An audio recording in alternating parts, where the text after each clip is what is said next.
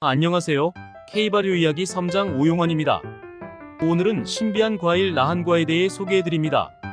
나한과는 중국 광시성 등 남부지역 산지에서 자라는 밭과에 속한 여러 해살이 덩굴식물입니다. 우리는 나한과라 부르지만 몽크프루트라 부르기도 합니다. 사실 나한과라는 이름과 몽크프루트라는 이름의 의미는 같습니다. 왜냐하면 나한은 불교에서 수행의 최고의 경지 또는 그 경지에 이른 수도승을 뜻하는 산스크리트어 아라한 음역한 것이고, 영어명 몽크프루트의 의미도 수도승 과일을 뜻하니까요. 오래전 중국 남부지방 산지에서 수도하던 불교 수도승들이 이 과일을 재배해 그런 이름이 붙었답니다. 지름이 5에서 7cm 정도인 나한과 몽크프루트는 달걀을 거꾸로 세운 것 같은 도란형 또는 타원형으로 익으면 녹색이 됩니다. 하지만 나한과는 쉽게 무르는 특성이 있어서 생과 그대로 사용하지 않고 말려서 사용합니다. 마른 열매는 황갈색으로 윤기가 있으며 쉽게 부서지는 특성이 있습니다. 설탕의 100배 이상 단맛을 내는 과일입니다. 이름이 수도승과 관련이 있는 것에서 알 수 있는 것처럼 나한과는 불로장생의 신비한 과일로 알려져 왔습니다. 말린 나한과를 잘게 부수어 차 재료로 사용하기도 하고 가루를 환으로 만들어 먹기도 하는 등 약재로 사용합니다.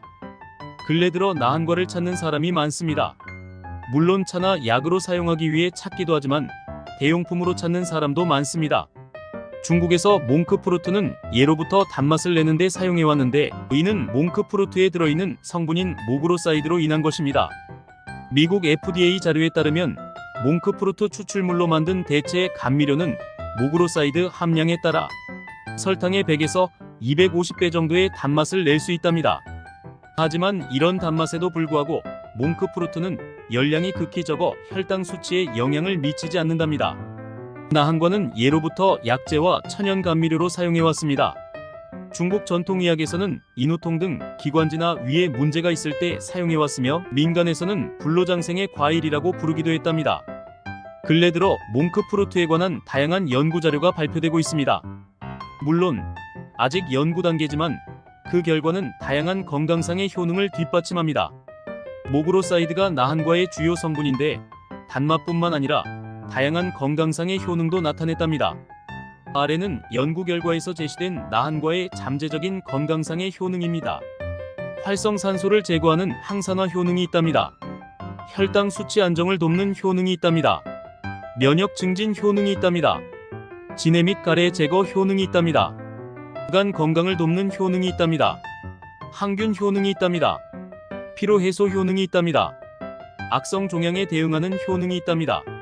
나한과를 어떻게 먹어야 할까요? 나한과는 마른 과일로 유통되고 있으며 추출물로 만든 제품도 있습니다. 말린 나한과는 차로 끓여도 좋습니다. 나한과 한 개를 흐르는 물에 깨끗이 씻은 후 잘게 붓습니다. 주전자에 물 2.5L 정도를 붓고 잘게 부순 나한과를 넣은 후 중불로 10여 분 이상 끓입니다. 불을 끈 후 적당히 식혀 유리병에 담아 냉장고에 보관해서 드시면 좋습니다. 나한과는 단맛이 강하므로 기호에 따라 물의 양을 가감해 단맛을 조절해야 합니다. 이 자료는 의료상의 정보가 아닌 일반적인 정보이므로 건강상의 문제가 있거나 약을 먹고 있거나 알러지나 임신 등 특별한 상황이 있다면 먼저 의료 전문인의 적절한 도움을 받아야 합니다. 신비의 과일 나한과에 대해 설명해 드렸는데요. 도움되셨나요? 지금까지 K발효 이야기 3장 오용환이었습니다.